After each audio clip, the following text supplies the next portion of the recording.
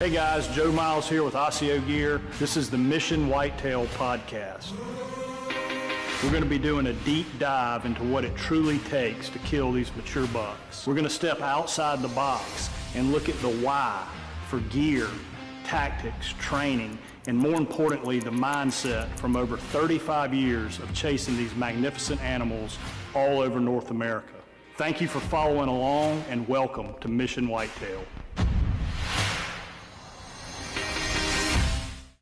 All right, guys, Mission Whitetail, welcome back, everybody. Got my buddy Andy May today. Andy has been on a couple of the Mission Whitetail podcast, and he is a bow hunting nut, a whitetail assassin, one of the best in the business from Michigan. And I'm sure if you listen to this podcast, you've heard of Andy May before. But Andy, man, heck of a season. You knocked down some good deer. Oh man. Yeah, it was a good season. Thank you. I appreciate that.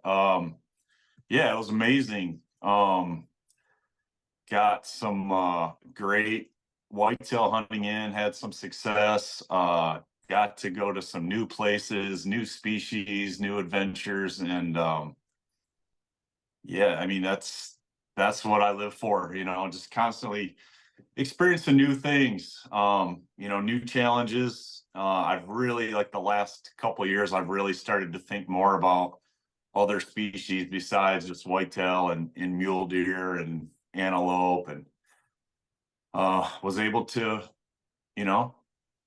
complete some of those goals. And man, there's all kinds of other hunting out there that's just so much fun. So I'm excited. It was a good year.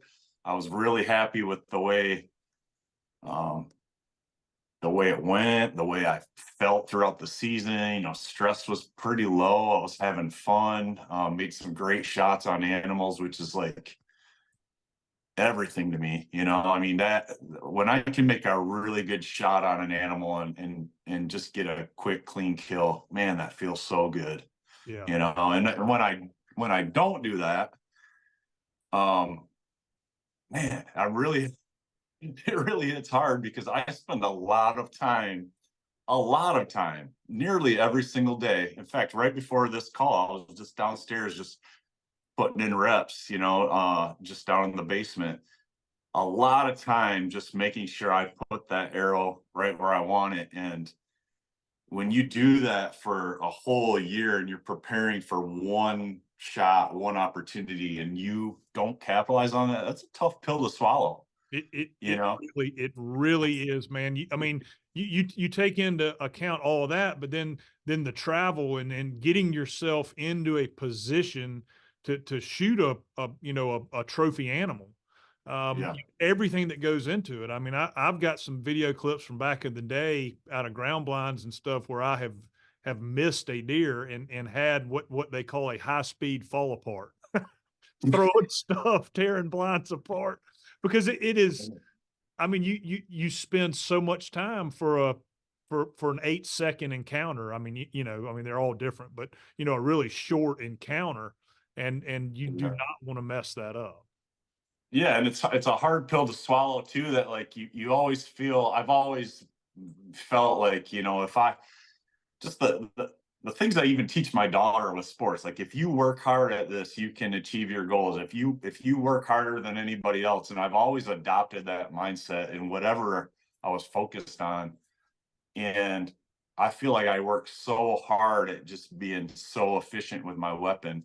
And then to have that opportunity and you don't come through, when I can do it, 100 times out of 100 in my backyard at, all kinds of ranges. And then, it's just like, it's a whole nother deal when that adrenaline's pumping and things are moving fast and there's obstacles and trajectory that you got to think of. And, animals move. It is, man. It's a tough pill to swallow. I know it's part of bow hunting, and I try my best to just, if those things are going to happen, but man, I beat myself up about it. I try not to like live in that disappointment and misery too long, because you got to bounce back and kind of, come back from that. But man, it's tough. It's tough when you put that amount of time and effort and then you don't capitalize the way you should. It's kind of like shooting, you know, like my daughter, she's a really good shooter, and she just shoots so much. I mean, she really does. She puts in a lot of work. She'll her workout is 100 threes, 100 mid range, and 100 free throws. And she she puts up like Caitlin Clark from Iowa. She Oh does that yeah. same workout, and we've been on YouTube, and you can kind of see, you know, what she scores in those. And my daughter, I mean, she's no Caitlin Clark at all, but like, you know, she can shoot. And then, you know, she's knocking down, you know, 66 out of 100 threes, and then she gets in a game and she misses three of them, and it's just like, man, you know, I put in all that work. But what you can't measure with a situation like that or with bow hunting is like how you actually do it under pressure, Without you a doubt. know. And that's something I'm very real with myself, is that I am not uh super calm and collective under pressure. And I've killed a lot of animals. You'd think it would be, you know, pretty easy for me, but it's not. I still get jacked up. My heart is still freaking coming out of my throat. And I have to literally like focus on calming my breathing rate and lowering that heart rate down, and really trying to stay uh calm and be able to execute a good shot. Because I to this day I get just as jacked up with a big deer or a doe for that matter as I ever have. You know, if anything, maybe even more, because I put a little more pressure on myself because I have spent all year Yep. trying to perfect my craft. You know, so Without a doubt. And you know, the same thing is, and my son, you know, you were talking about your daughter, and my son is bow hunting now, and he's been a gun yes, hunter. He just turned 20, and this was his first year bow hunting. And I put him in. The one thing I don't like about that, Andy, is now he wants to be in all my spots, and yeah, yeah. that's not real conducive of what I'm trying to do. But and Right. my wife is 100% pro Jack. She's on Jack's team, so Oh, she wants him sure. in all of my spots. So that's kind of funny. But his third or fourth hunt, kind of early season this year, he shot a buck and called me, and I went down there, and he was sitting on the tailgate of his truck, and he was still shaking. And I just Oh man. and we walked in there, and I mean, he 10 ringed it.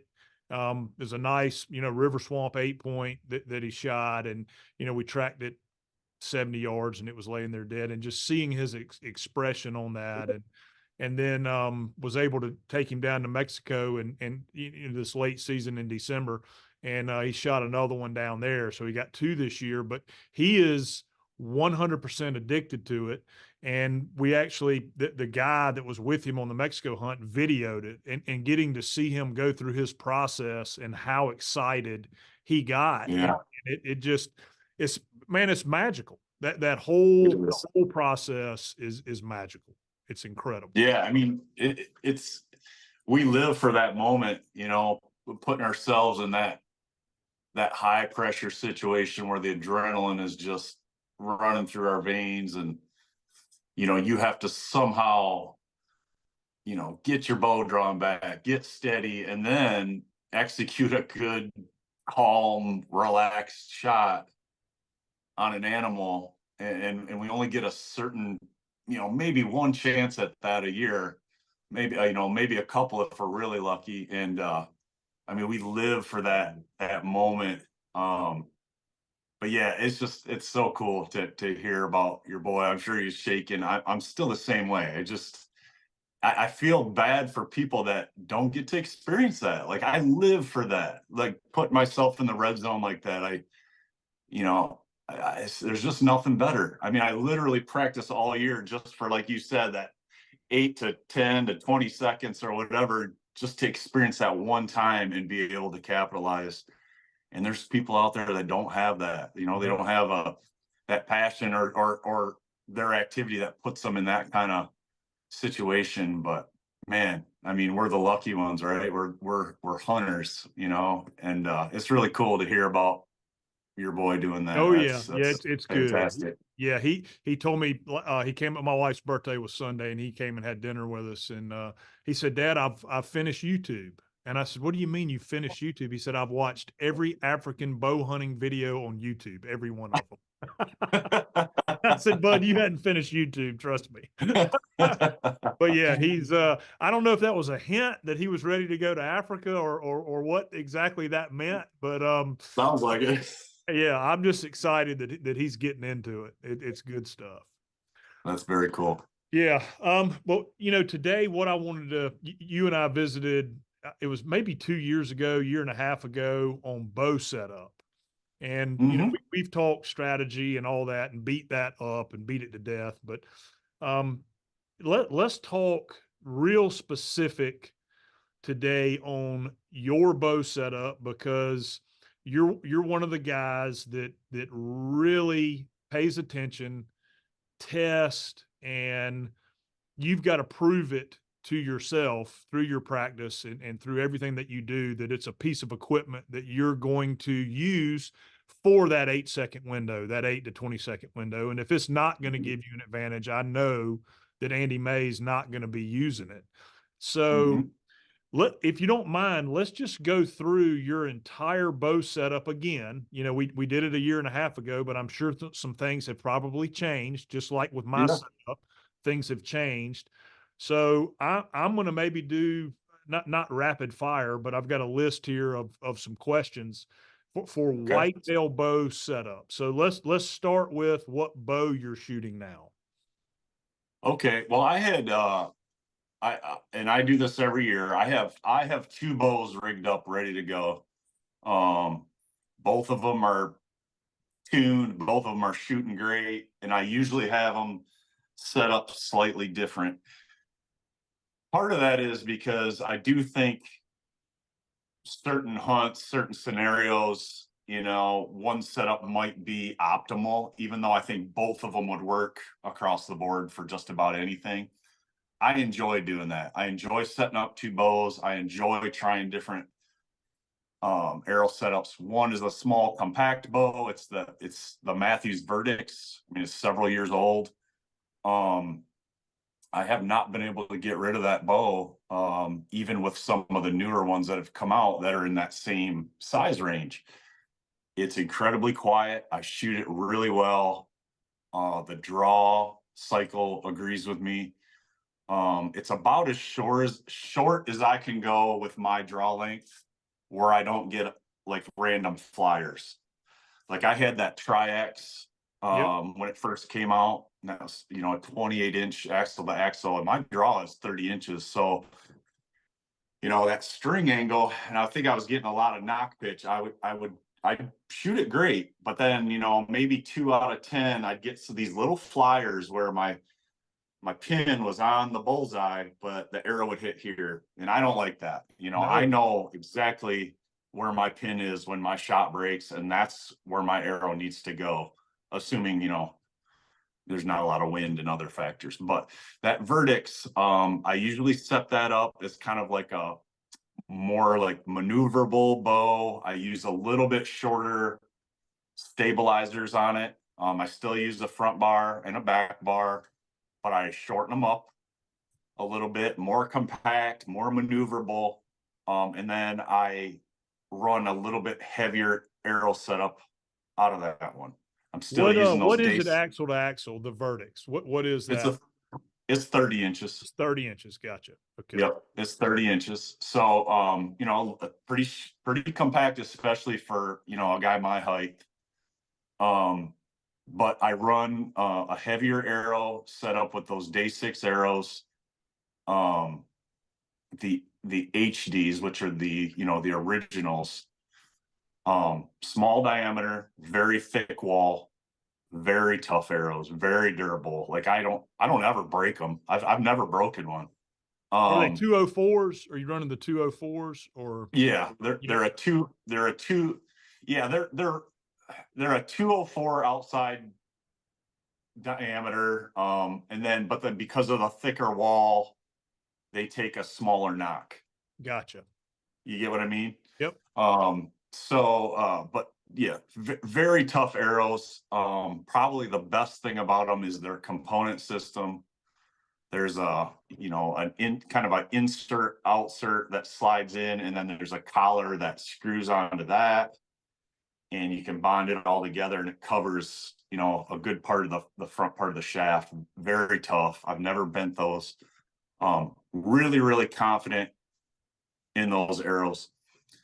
And I this past year I used that predominantly, uh the whole season. I used the phase 4 a fair amount too, but like I grabbed that Verdicts a lot just because of hunting from the ground, hunting out of a tree stand. A lot of times that more maneuverable bow is optimal. I shoot that phase 4. It's a 33 inch.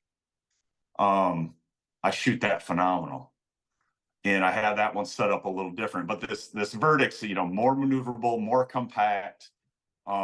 With that arrow setup, I have always 2 arrows in my quiver with fixed heads. And I have been running those day 6 Evos, and they're a small fixed head. They got a little bit of a little bleeder blade on them. They punch a small hole, and I'll be honest, not the best blood trails, but they crush through everything. It doesn't matter what angle that deer is at; it's blowing through it. Yeah. I've blown through both shoulders of hogs.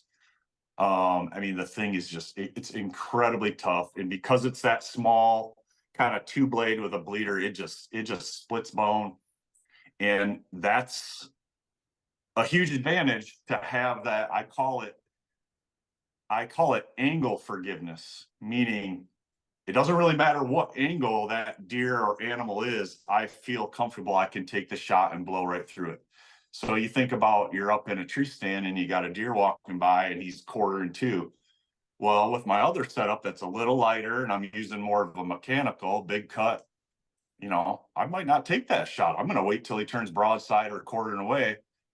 But with this setup, it doesn't really matter to me what angle that deer is in. I feel like I can punch through it. Now, I'm not going to take a straight down where I might get one lung or something, but you know what I mean? Angle forgiveness. I don't have to be as picky where that deer is standing. And I've never not blown through anything, even a big old, the biggest bodied mule deer I've ever killed. I just blew right through it, quartering away, and it blew out that front shoulder on the other side. Just incredible. Very, very, very tough. And then I use those fixed heads mostly when I'm ground hunting whitetail. I like to hunt from the ground a lot, or I shouldn't say a lot, occasionally.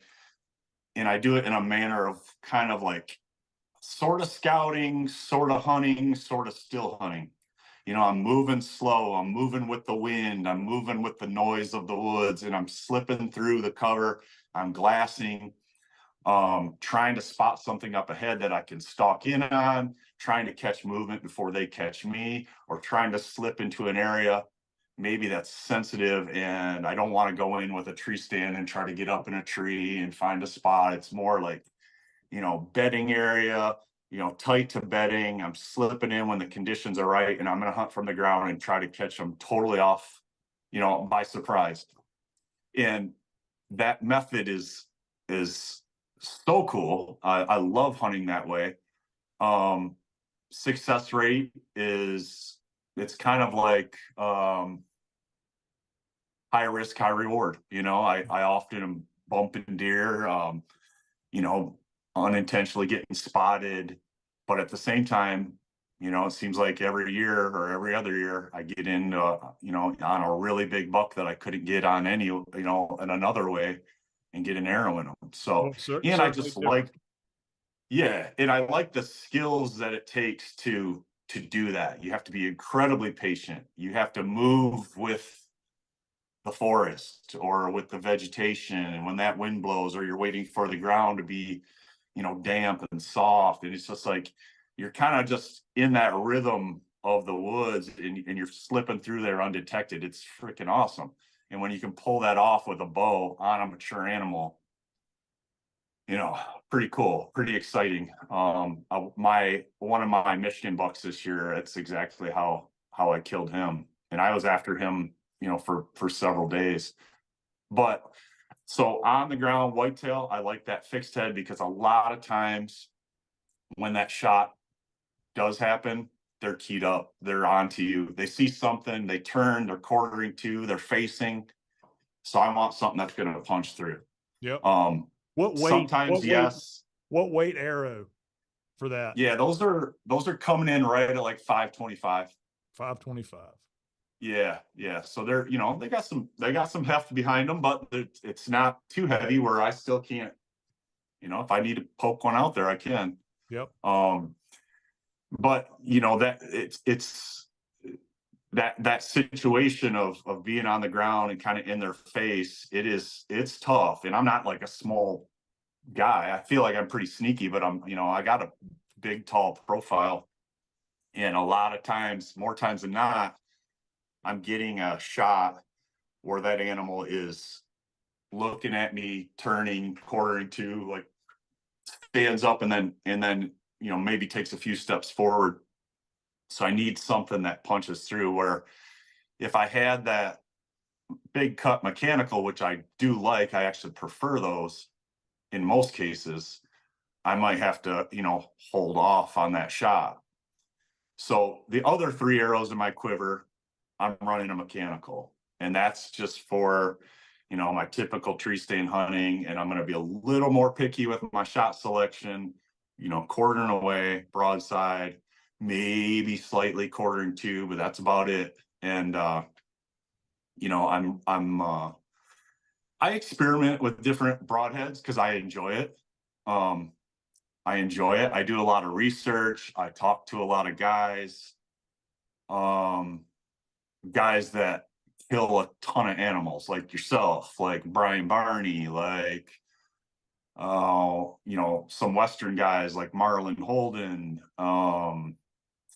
I watch a lot of John Lusk's stuff on YouTube where he does some really good broadhead reviews on durability and flight characteristics and sharpness. And then you can kind of start to see after talking to some of these guys and them giving you feedback and watching some of these videos and then some of your own experience. There's certain ones that just kind of rise to the top that seem to be pretty reliable. And those are the ones I like to try out. And I like quiet. I like big cut. I like good flight characteristics. So I've used the Rage Tri-Pan a ton, like, the head that you like. I've used the G5 dead meat. I like those too. This year for the first time I used the Schwacker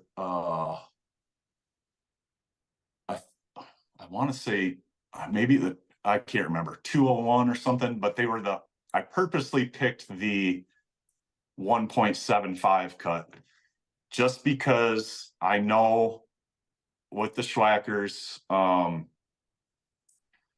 just the way they open, you're gonna maybe not get quite as good of penetration. So I didn't want to go to a great big 2-inch cut. So I chose to downsize it a little. I shot a few animals with that.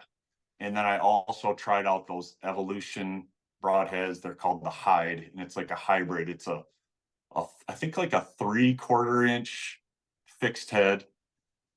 Then it has two blades that open up out to 2 inches. Okay. And I shot a bear and a buck and a doe with those. All the broadheads performed great. All of them, they shoot great. In the backyard, I can shoot out past 100 yards in my backyard, and I'm very picky. If I can't shoot field points and my broadheads at 100 and get them all in the, in a group, I just don't have the confidence in them. Sure. And it's not like I'm not gonna go shoot at something that far, but that gives me confidence that these broadheads their flight characteristics are such that they are going to eat up some of my imperfections. If I do things right, they're going to hold a tight group. They're not going to catch a lot of wind. But at the same time, if I put it in the spot, and with mechanicals, I usually try to aim off that shoulder a little bit, lung shy. So if I hit those soft spots, it's going to create a lot of damage. And that's what I'm looking for. Durability too is very important. But all those broadheads performed well. I mean, I wouldn't say the sample size is adequate at all, but those are all ones that people that I trust have used a lot. Yep. And I don't really have anything negative to say about any of those three, but I did a lot of research narrowing it down to those. Yeah. Um, I tell you, G5, they've just come out with this. It's going to be ready in May. They've come out with like a souped up tri-pan. mhm. Blades are sharper. I just got back from ATA, a couple weeks ago, and met with those guys, and it's called their T2 is what it's going to be called. It looks exactly like the tri-pan. It has the same locking mechanism, if you will, like that ball and socket where it's a no collar type design. Blades are Yep. sharper. Front is beefed up. It's a little shorter profile. And I'm going to get a couple of them here in a few weeks and start tinkering around with them. But they'll be for sale in the end of May, I believe, is when it starts hitting pro shops. But great looking head. It's basically if you like, it was hard for me to pick out things about the tri-pan that I didn't like.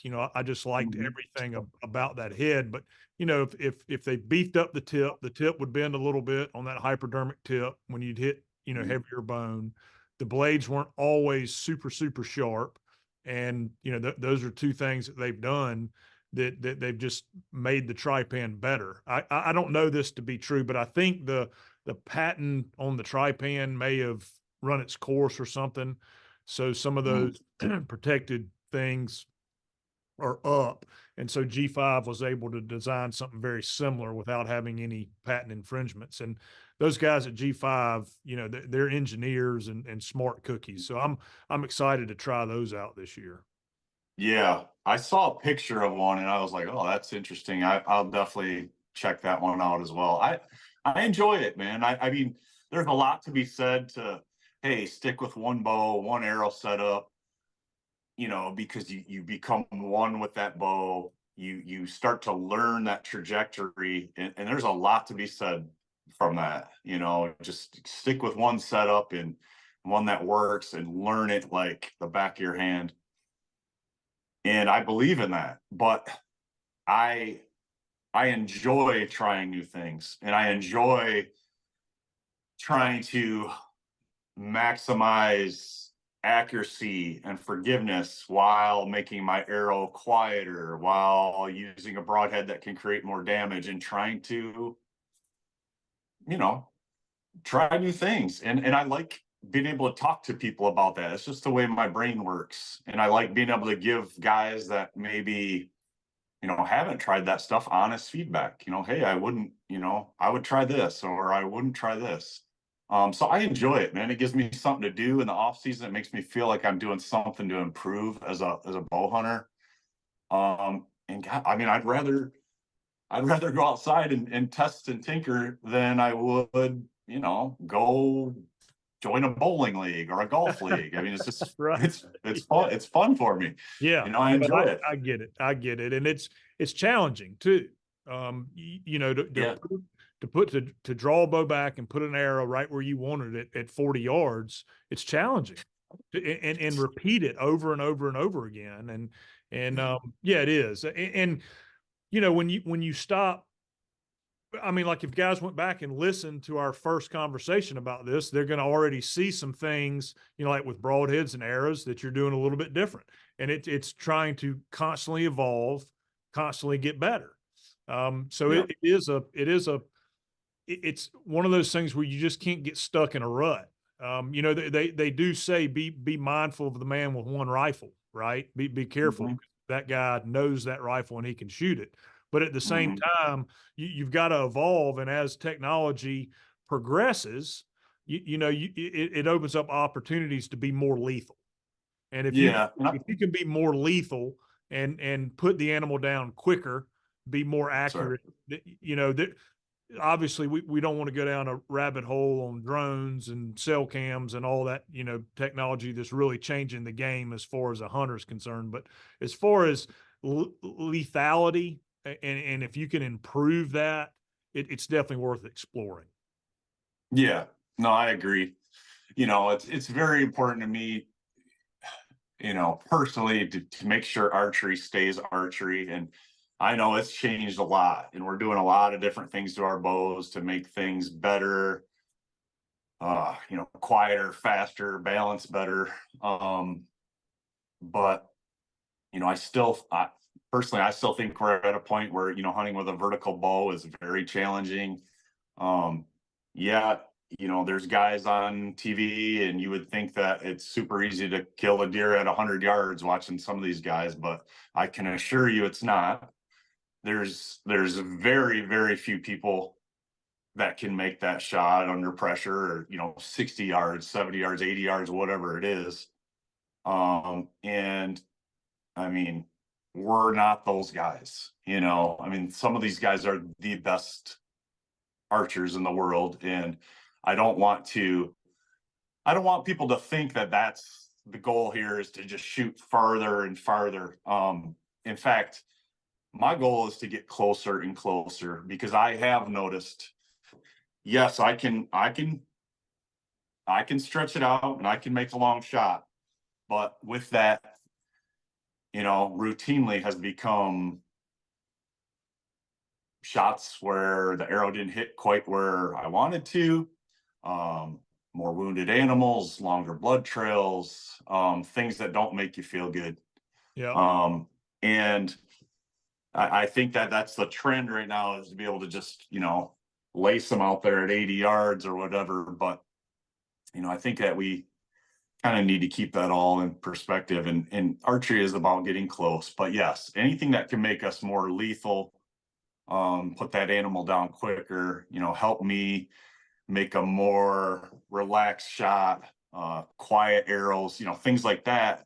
You know, little tweaks in the gear that um, make it more likely that you're going to put that arrow. As long as you do your part, it's more like a quieter bow, you know, quieter arrow setups, a little more damage in the broadhead. You know, those aren't big increases in technology where I think we're getting away from archery. I think it's just we're making the heads a little better. We're making the fleshings a little quieter, but they can still steer. We're making the arrows a little tougher. We're making those components a little stronger so they're not breaking when you hit something hard. Those are all good things. You know, absolutely, those are all good absolutely. things. So so away from the verdicts, I had the Phase 4 33. I'll run through that real quick. That is obviously a longer bow, 33. And this year in particular, I tried um a longer stabilizer setup on it, more like, almost more like you'd see like in a target rig. Not quite, not like a 30-inch bar, but I had like a 15 and a 12 out the back. And, you know, I think I had 4 ounces out front, 7 ounces in the back. And that thing just, man, Man, yeah, it, balance. it just balanced really, really well. I mean, I was shooting phenomenal with that. And I ran a lighter arrow setup. I ran, well, throughout the season, I kind of flip flop between two different arrows. Day 6 came out with a lighter shaft. Um, that one came in right around 450 grains. I like that. I like that. Real flat shooting. The arrow seems, you know, pretty tough, good components. So those were good. I was kind of testing those out. And then I had those Victory Rip TKOs that you Yep, use. yep. And those are great too. And I just use the stock, you know, Victory components. I've heard some bad things about them. I don't think I've bent any. I didn't see any failures or anything. So those seem like a really tough arrow. They shoot great, super consistent. Those were coming in right around 440 grains. So a much flatter shooting, um, a much flatter shooting arrow, you know, more speed. And I was using like a Sever 1.5. I shot my bear with that evolution with that setup. Uh, but just more of a more of a kind of open. I looked at it as more of like an open country, mule deer, maybe Kansas whitetail on the ground, antelope, just something, where I might be presented with a little bit longer shot. I want a nice heavy bow that's balanced perfectly, that just sits there and I can make that shot. So I kind of went back and forth between those bows, although I use that Vertex a little more. But I don't know. I really like that setup. The downside of it is, was my stabilization. Yes, it created a very stable platform, balanced well, but that's a lot of real estate that you got to It's manage. a big footprint in a deer stand. A That's big right. footprint. Big It, footprint. it's a big, it's a big footprint in a deer stand. It's a big footprint just slipping through the brush and crawling. And, I went down to Arizona for the OTC hunt, and that's the bow I took. And, you know, open country, incredibly hard hunt, but so fun. And just, flipping around that mesquite and, just carrying that bow through there. I mean, I'm doing this a lot, maneuvering it around and turning it around, and you got to kind of steer those big stabilizers through there. And I thought to myself on numerous occasions doing that, like, man, this is kind of a pain in the butt. Yeah. Yes, I think it's going to be super valuable if I get that shot. I think I'll be worth carrying it. But there were times where I was like, man, this sucks. Like crawling with this and, trying to snake it through cover, and it's getting hung up on stuff. My buddy Brian Barney, he's a Western hunter, one of the best bow hunters in the world. There's no doubt about it. I mean, the guy is just so lethal. But he chooses to rig his bow out like that with the really long stabilizers, a very heavy bow. And to him, it's like, it's worth it to me to have that and to carry that, so that when I do get that high pressure shot, my bow it's heavy, it's not jittery, it's not moving, and it balances well, and I can just execute a better shot. When I totally get that mindset. But then, you know, there's other guys that there's another guy I know that's just as lethal as Brian, and he doesn't use any stabilizer. He just uses a completely bare bow, hunts the same type of stuff, and he's more like, no, I want something that's light, that I can carry, that's maneuverable. And no, I can't shoot 100 yards like this, like I can with maybe a full stabilized setup, but I can shoot it like this. And what am I giving up to gain, and vice versa. So that's what I've been doing more recently, just in the basement outside when we got some good weather, is just stripping everything off, except I'm keeping one stabilizer out front, but I'm only putting 1 ounce. And the only reason I even have it is so I can set it on the ground and my sight doesn't go in the dirt. Mm-hmm. That's the only reason. It's not doing any stabilization. But so I'm just seeing, like, how good can I shoot without this? And I'm still putting them in the vitals at 100 yards with that. It might not be, a super tight group all the time, but I'm getting groups like that. And then, occasionally, yeah, I get one a little high up towards the spine, or, back in the liver. And it's like, okay, but I'm not really going to be shooting animals at that. One thing I did notice is that with my stabilized setup and that heavy bow, let's say this is the circle and this is my pin, the movement is kind of like this. It's slow and rhythmic, and it just kind of goes up and down. To me, that's very relaxing. And I just execute my shot, and the shot breaks, and it's there. Well, when you take all that weight off, I notice it's more like this. I'm getting more of a jittery kind of, it leaves quick, but it's back just as quick. And the pin float isn't any more, it's just quicker. Mm-hmm. So if I can wrap my brain around that, like, hey, it's not going anywhere, it's still there, just execute the shot. And you almost don't even notice, like, when it leaves, because it's back so quick. And I'm starting to realize, like, hey, that's actually a pretty calm sight picture too, because I'm not even noticing it when it leaves. So it's not like I'm, waiting to execute. It's just kind of like, it's just kind of in there. So I think that's what I'm going to do over the next several months is test that. Um, and because I do other hunting where I'm on the ground and I am crawling and I am sneaking, and it'd be nice to have something that's a little more maneuverable. And if I can shoot, if I can shoot long distances without a big stabilized setup and it's adequate, and I weigh the pros and cons of carrying something that's a little lighter, a little more maneuverable, I can sleek around with better. I mean, maybe that's something I go with. Sure. So Give and take. my brain, yeah, my brain's always doing this. It's always doing this and thinking about, okay, I want to hunt bear from the ground, and I want to hunt axis deer from the ground, and an antelope. And it's like, okay, yes, I might get a long shot at an axis deer, but carrying, my bow around with all that stabilization for 8 hours is hard. Your arm gets tired, and then it's like, okay, then I draw back and my shoulders tired from carrying it. Am I at my best? I Yeah. don't know. There's a lot of things that you know that my brain likes to think about, and I just like to try new things. So that's kind of what I did this past year. I had more of a lighter, quicker.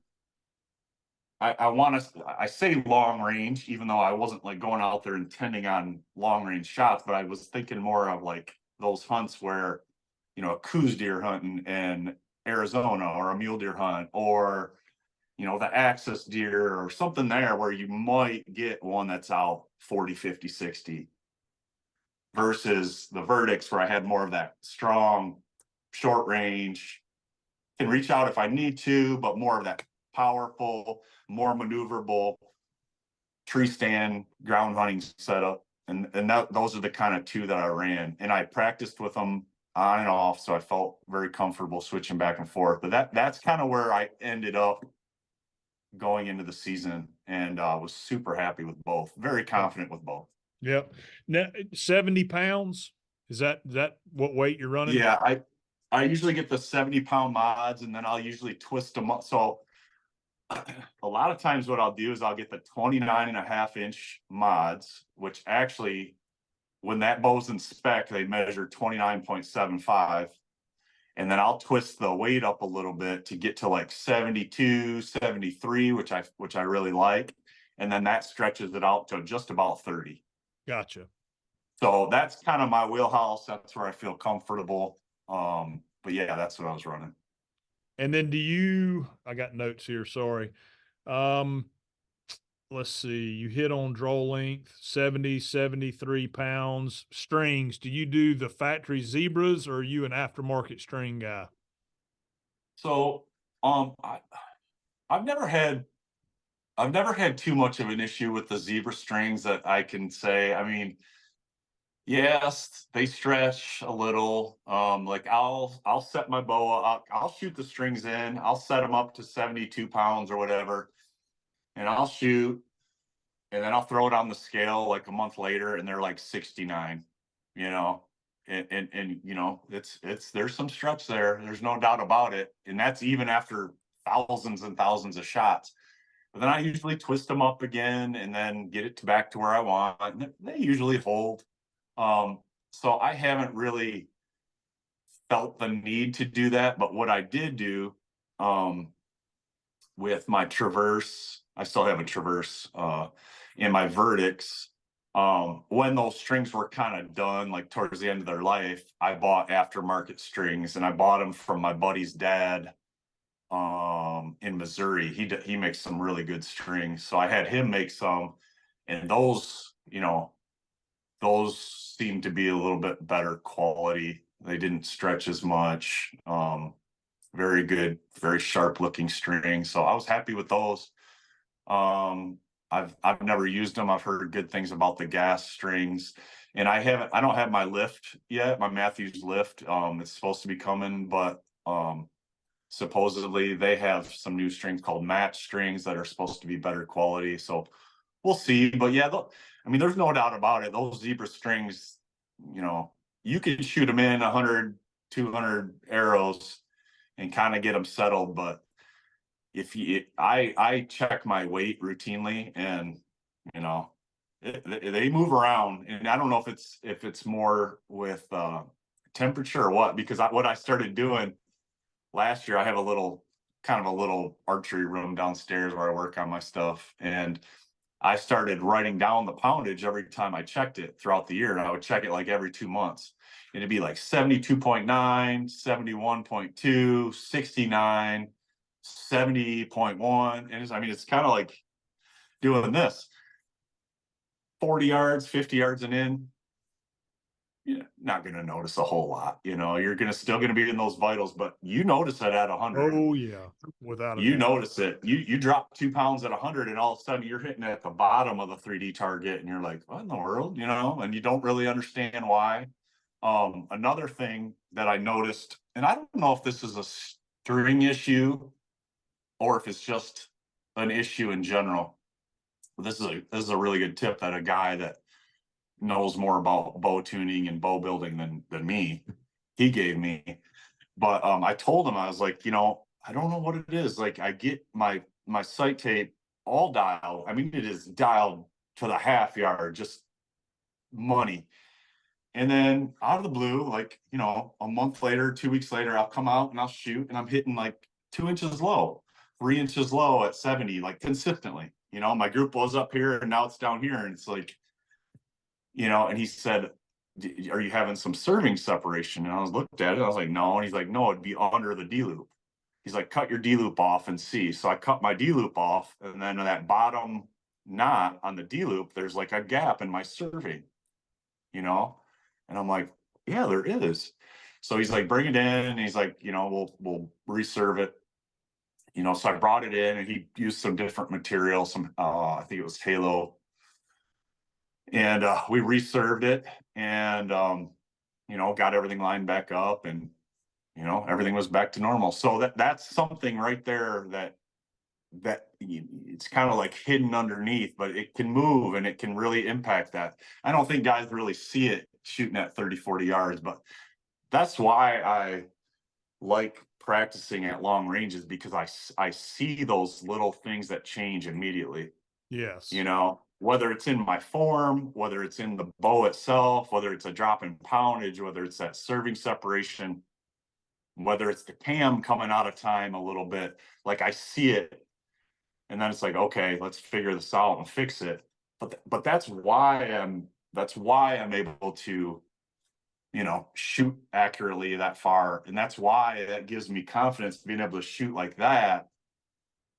And I have extreme confidence once you get 40 yards and in. Of course. Yep. That real attention to detail. But it's also the way my brain works. I have friends, and I'm sure you do too. Well, I know you do, because you told me about one of them. But I have friends that literally don't touch their bow. And Yeah. they don't touch their bow. I mean, it goes in the case right after season, and it doesn't come out until maybe, if they're lucky, a week before. They might shoot a couple arrows and be like, oh, we're good, shoot it at 20. And man, those guys are killers. They are. Yep. Yep. They're killers. And they just use the tried and true. Their string looks like a squirrel chewed on it for a week. And I'm just like, Dust on the sight. Yeah. yeah. And when I see it, I'm just like, oh my God, like, it's driving me nuts, with my OCD brain. But hey, man, it works for them. This works for me. Yep. At least I think it does. So yeah, that's just kind of how I run with it. But that's where I ended up last year with those two setups. And I like to have, I'm really glad that I started getting two bows set up, because it's happened to me twice in the last 5 years where I had like an equipment failure, and if I didn't have another bow set up and ready to go, I would have been out, for a few days or a week or whatever. Yeah. In fact, it can be critical. Oh yeah. In fact, when I go on hunts, when I drive, I take both, and it helped me in Nebraska 3 years ago. I had some issues with one of my bows. It was just, I don't know, it was dead on when I left, and when I got there, I missed a buck, a nice mule deer. I missed him, and I was just like, what in the world? Like I was right on him. Like I wasn't even that nervous. I was just dead steady. He was standing there, and I was like, gosh, did he jump the string? Well, I saw the deer run off, and he runs down this drainage, and then he goes up into this other little coulee, and I knew where he was, and I was like, oh shoot, he's half mile away. I know where he's at. I'm going to give him some time. I'm going to go kill him. And I was like, but something's not right. So I hiked all the way back to the truck. I was a good mile, and I threw out my block target, and I shot, and I was hitting like 8 inches high. Mm. And I have no idea why. And I had this deer bedded. I knew where he was. And it's like, I don't have time to sight this in, you know? So I grabbed my other bow, I shot one shot at 50 yards, put it in the little white dot, and I took off, and I got on him. So I mean, right there, it saved me. I don't know what happened, but something happened. And I've had things move, and you can't quite explain it. In the heat of the moment, you need to get it back to a press or something like that. So it's nice to have a backup ready to go. No, for sure. For sure. Let's see. So strings, that's one thing. One point is I've got a buddy that works at Matthews, and he said 90% of the warranty work they get back is from guys putting aftermarket strings on their bows that aren't in tolerance to what they or in spec, and it causes cams to bend and some other issues. And Mm, so I think you got to be careful with aftermarket strings to be sure it's a company or a brand that has the same tolerances, the same specs as yeah. what the bow manufacturer has. Just Yeah. one point to lay out there. Um, Peep, you what peep are you running? What size peep? What kind? It's was it 5/16? Does Or that sound 3/16? right? Yeah, Three three sixteenths. sixteenths or 5/16. Yeah, I can't remember that. I'm trying to remember the exact size. It's not an eighth. It's not a fourth. It's the one right in between. Yep. I want to say it's 3/16, maybe 5/16. Maybe that sounds more right. But yeah, right in there. That's seems to marry up with my sight housing really well. I like that picture. It kind of like they kind of eclipse each other. Um, I so on my Traverse, I've ran that Total Peep for years, and that's one of those bigger, bulkier ones. It's kind of like Yep. it's kind of similar to the Hamsky Raptor Peep. Um, it's low glare, kind of gives it more of like a cylindrical look. Very accurate, very accurate. But I do feel like and one thing about that Peep in general, it's like it kind of the front side of the peep goes in, and then the back side of the peep goes out, and then there's the circle in the middle. So it gives you a little bit of, if your peep is slightly rotated one way or another, it doesn't really impact that middle part, Oh, because yeah, it's yeah. you get what I'm saying? Yep. So because it's kind of flared out a little bit. So if your string does stretch, you go from Michigan, and it's 30 degrees, and you fly down to South Texas, and it's whatever, 90, Mexico, 80 degrees, and all of a sudden these big temperature changes. You might get there, and your peeps turned a little, and that's string stretch. And it was designed so that your peep could be a little bit off center, but it's not going to impact your accuracy. I really like that peep. The downside, I think, is when you get into those Low light. Yeah. last 5 minutes, it's dimmer than your standard peep that's only that wide. Um, so again, pluses and minuses. Like if you were going to say, Andy, you're going antelope hunting in Wyoming, I'm going to have that Total Peep on there. Very, very accurate. Great, broad daylight, great. I have no problem whitetail hunting with it. A lot of guys use it. A lot of guys use that Raptor Peep. And then um, the other one I use, I want to say it's a carbon one from Octane. I think it's called Octane. Uh, it's like the lightest peep on the market. And that's more just like a standard looking peep. And what's different about it, like from like the G5 Meta Peep or something, it's lighter. Yeah, It's like a few grains lighter. So I gravitated towards it. It had good reviews. It's made out of carbon. It weighs nothing. And I was just thinking it more of terms of like, trying to decrease some of the weight on my string. sure. And, that thing's fine. I've never had an issue with it. More light gets in because it's just kind of a standard looking peep. And that's what I have on my phase 4. That's what I have on my verdicts. Gotcha. Um, nose or kisser button? Nose button, kisser button, or you just go straight peep? I have a nose button on my phase 4, on the one that's kind of the one that I kind of have more set up for that, kind of a more longer range. I wanted to really see if I felt like that made a big difference. I can't say that it does, because the most accurate I feel the most accurate bow I've ever felt like I had, and it's the same exact axle to axle as that phase 4, was my Traverse, and I never put a nose button on that. And I ran through 2 days of total archery challenge.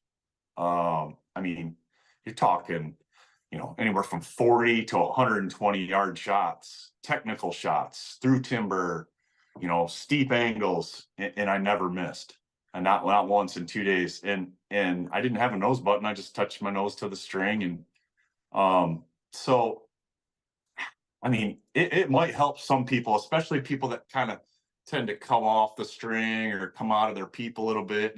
You start pull. Some people pull and they start bringing their head back. It does give you a little bit of input. I just don't think that I do that. So Yeah, I don't know that it helps me as much as it might to some. I don't really love. I don't personally. I don't really like a kisser button because I don't want anything making contact with my face. If anything, what I have done, and I don't have it on any of these bowls, but I have done it, is where your kisser button would be, I would tie, just get a little tiny bit of serving, and I would tie a little square knot facing my face, so that when I drew back, I just felt yeah, just that little tickle. So I knew, um, I don't like anything touching my face, even though those kisser buttons sometimes they can just barely touch, but I just don't like it. Anything that could, as it's leaving my face, hit a whisker or hit my lip, or I just try to stay away from it. So I haven't used those in years. yep. Makes good sense. Let's see. Rest. Are you still doing the Hamsky, or have you changed from that? Or I have the Hamsky on my verdicts. I have the QAD on my phase 4 and my Traverse. Uh, I love that full capture on the QAD. It's hard for me to get away from that. I think the Hamskys is more well built. I think it's going to be more reliable. If I was going to hunt late season and I knew I was going to be in some really cold temperatures, maybe some snow, is going to get on my rest. I have way more confidence in that Hamsky. Mhm. There was a time where I had that QAD freeze up on me, but it was also like a situation where it's like I almost never find myself in. It was kind of like freezing drizzle as I'm out there. My bow is getting coated with ice. Um, yeah, and it froze. Like I went to go flip it down at the end of the hunt, and it didn't go down. It was stuck. So if I would have shot, it would have. Who knows what would have happened. Um, I've had one freeze Supposedly, too, Kansas. I had one freeze. That's why I switched to the Hamsky. Is yeah, I had yeah. one freeze as well. Same type situation. There's a lot to be said for that. There is. I like that full capture of the QAD. I can do that. That's a huge benefit, especially when you're on the ground. And I got my, a lot of times I'm crawling or I'm down and my bow is horizontal, and I like that it's just sitting there. And with that ham ski, it can come out of that cradle and it can sit on your riser, and you can felt it up a little bit there, put a little pad so you're not making noises, but just a little more bouncing around the arrow potentially. I did see QADs coming out with another one that's supposed to be stronger, some more robust parts. So I'm kind of interested in testing that one out. But that Hamsky is tough to beat. It really is. So yeah, I run both. Those are kind of my top two. Yep. All right. Sight. I have actually seen, and you probably have, I guess I've been living in a cave. Option Archery has this, you've seen these, it's a single pin, but then they have a window you can close that has your other pins in it. I've never Yep, I shot have one. one. You have one. Yeah, Do I you do. like it? Yeah. It's actually not on a bow right now. I just picked it up like a month ago. It's the new one called the Canyon Pounder. Um, Possibly them and HHA, probably the best built sight I've ever held in my hand. Um, you could just tell. This thing is high end. It is robust. It is full of adjustment, but super, super sturdy. Um, and the innovation in it is awesome. Yeah, yeah, that's I'd never seen them. I saw them at the ATA show, and I was like, man, this basically solves everything. You Yeah, you got a slider one pin, but then yeah, if you're in a funky situation, you can close that window, and then you can have two, three, four, five, however many pins you want to have in there that are fixed and ready to go. So it makes a yeah. lot of sense. As far as like if you're trying to think about, I think about this a lot, like, the sight picture that I like and what I shoot most accurate is not the same as what I think is the most versatile in a hunting situation. For me personally, those are two different things.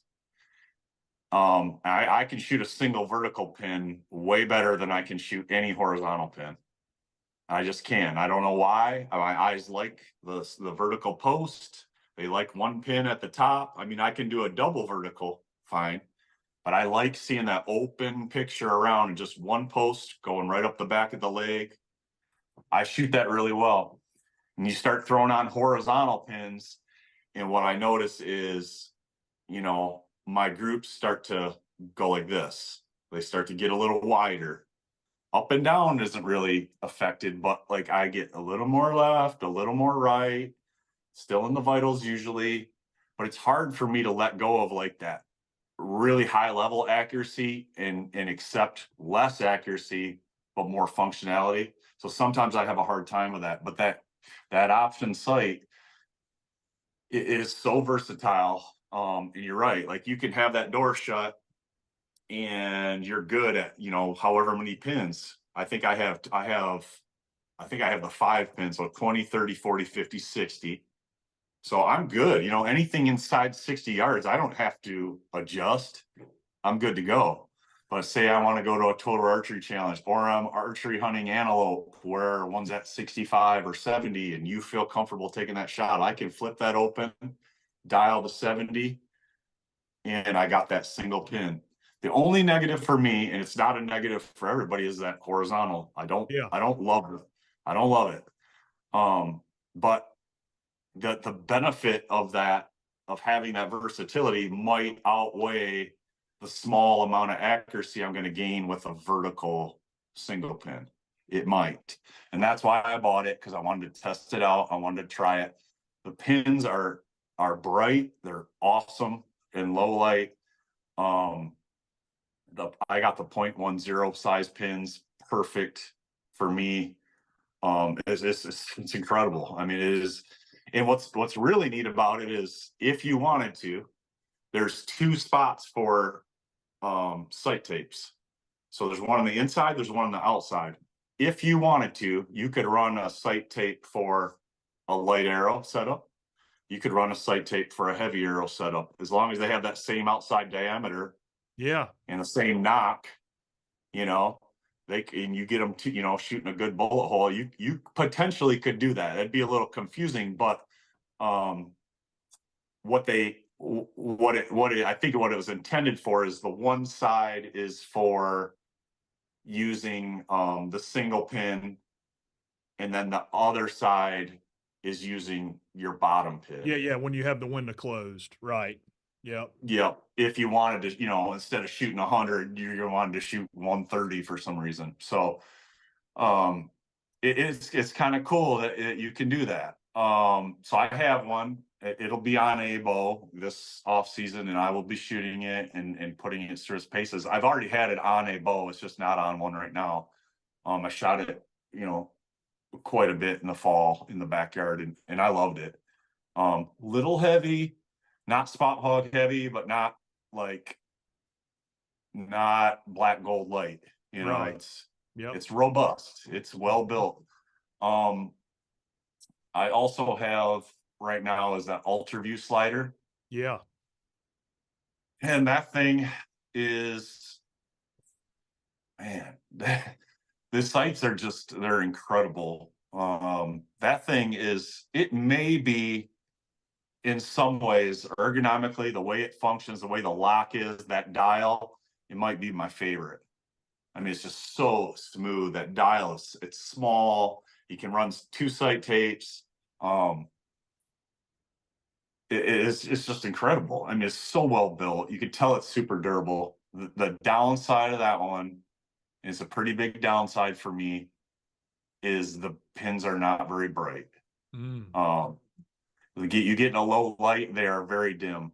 But what UltraView does have, it has a built-in light that comes with the sight, and you hit a button and it lights up, and then there's a dimming button or a brightening button. It can go bright, bright, bright, dim, dim, dim, and it really lights them up. So I think they knew that their pins were a little dull, and they give you that light option, which is really nice. It's not like an add-on. I mean, I think it is an add-on, maybe a battery, but it's in the sight, like you don't Sure. see it. um so incredible sight. I'm going to be testing that one out too. I would just say, next year when they make some improvements, just put some more fiber optic around so that you don't have to use the light necessarily in low light. I think there might even be some states where you can't use a light. But last year I ran on my verdicts, I ran the black gold dual track. I still have that. And then on my phase 4, I ran the HHA Tetra Rise, which has the two, both of those sites have the two vertical pin. Yep, that I ran the dual track this year, the dual Yep. track, and I like it a lot. Yeah, I mean, it's awesome, especially if you like a vertical sight picture. Now, I mean, I, do you handcuff yourself a little bit? If you want to shoot out past 30, not really, but I mean, if you're getting to like 35, 40 or beyond, I mean, you're gonna have to range, you're gonna have to dial. That stuff takes time, and the more I hunt like other things like hogs that are constantly moving, or axis deer or antelope or elk, the more I hunt different things, the more I realize like some critters move a lot between this, this, that, and then executing your shot. Like they could be 5, 10, 7 yards difference. So Absolutely. there's a benefit to having a 20, 30, 40, 50, 60 that's just ready to go. you know um there's a benefit there, but there's also a benefit to just having that one single pin that you like in that sight picture and you feel super confident in it. So I just tell people, like, shoot what makes most sense with what you're hunting. If you're like me, if you're like Joe that likes to hunt other species, you know sometimes what was perfect for whitetail might not be perfect for other things. I think about elk, like how many times have I, seen an elk coming, and, I ranged and he's at 40, and I come, and then next thing you know, he's at 15, or vice versa. You draw at 20 and then he's out there at 40 or whatever you think he is, and you have to let down range, all that stuff it takes time, and those are critical moments. So you just got to weigh it out for yourself. Like, I can't tell you what the right thing to do is, or to use, because it's going to be different for you. That's right. You're going to value things differently than what I value. Like, I've always had a real precision mindset, so it's hard for me to get away from the setup that gives me the most precision. But I think that can hurt me in some scenarios where things happen fast and I need to get a quick range and a quick draw and a quick shot off. In those types of situations, maybe it's better to have a multi-pin where you're not, cranking that thing down, looking at it, check. I mean, some of these ones, and my eyes are getting bad.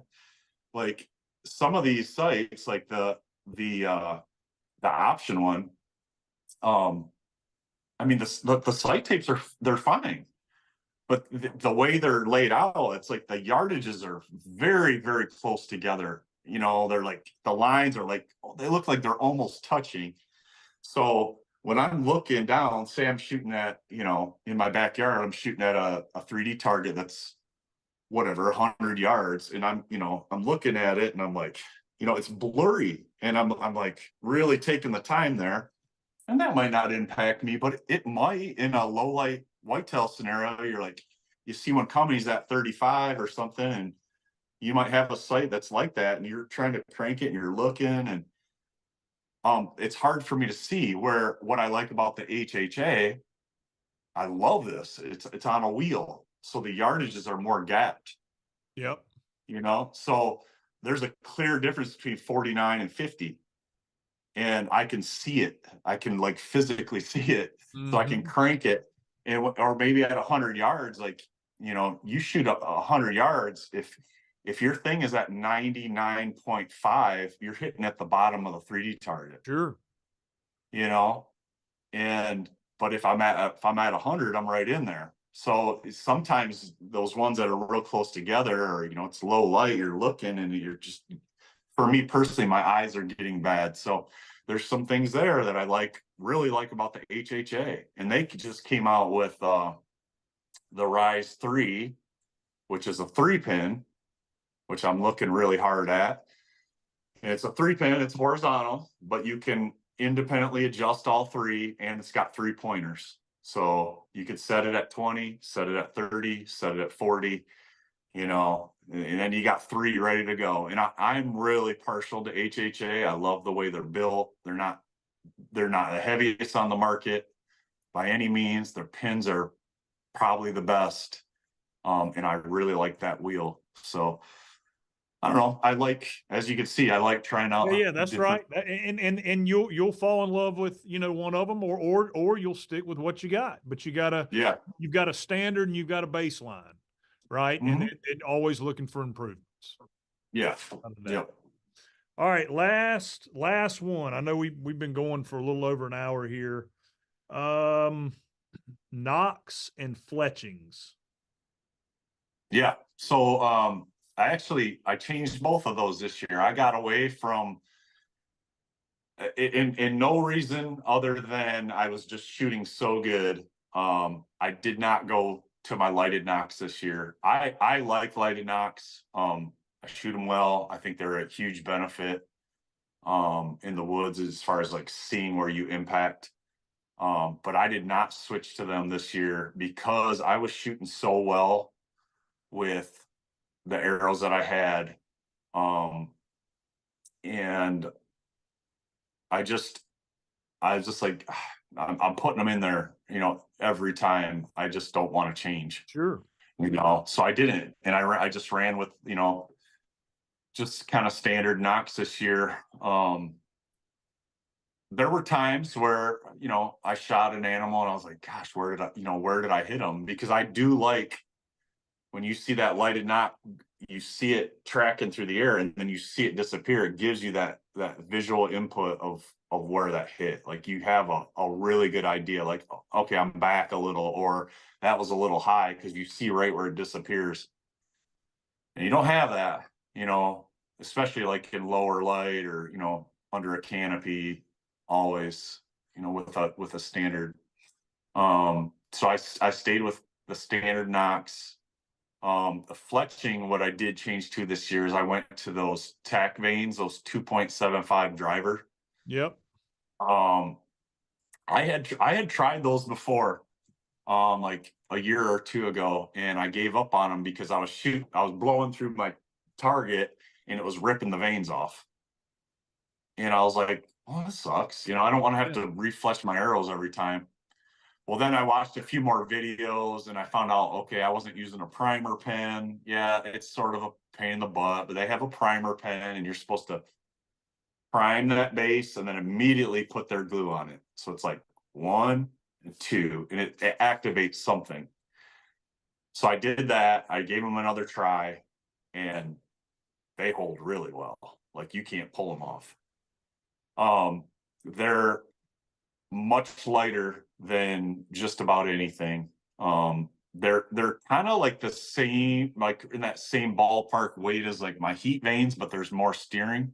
Gotcha. Yeah. Very quiet, very quiet. Really durable. Like I have a hay bale back here, and I can shoot them. Sometimes they kind of blow through, and then the fletching's inside the hay bale. Like by the time I get down there and I pull it out, and they're kind of all deformed. They're like bent over and folded. But by the time I walk back out of the house, they're just back. That's cool. They just kind of like morph back into the normal shape. So I'm really happy with them. It's lowered my, because I was using those. They're the Max Hybrid, AAE Max Hybrid, um, which I love those. They steer really well, but they're kind of heavy. They're like 8 point something a piece, I want to say, but these ones are like 4 a piece. So like I dropped a significant amount of grains off the back end of the arrow with the same amount of steering, with quiet flight. And what I did like about them is that they steer my mechanicals fine, which I knew they would, but I can also throw that little fixed head on there, like a Trocar or that Day 6, or Evolution makes a fixed head that's called the Jekyll. I can throw those on there and they fly just great. So Yeah. it's the tack vanes, it's called the driver, and they make a 2.25 and a 2.75, and I tried those, the longer ones. So 2.75. What about the Q2s? Have you met is that have you tried those? yep, What I have a bunch of those downstairs. That's what I used uh 5, 6, 7 years ago. They are really good. They're really good too. They're great. I have the I can't remember if it's the two. So the 2.1, I think, is like they're shaped like a blazer. I have some of those. I used them. They flew fixed heads well, maybe a little loud. And then they had the 2.0, which was like a very low profile shield cut. Those were really good for mechanicals. Did not steer my fixed heads well. Um, and then my favorite one was the 3-inch one, and it's kind of like a low profile 3-inch vane. So they're kind of long, but they're shorter.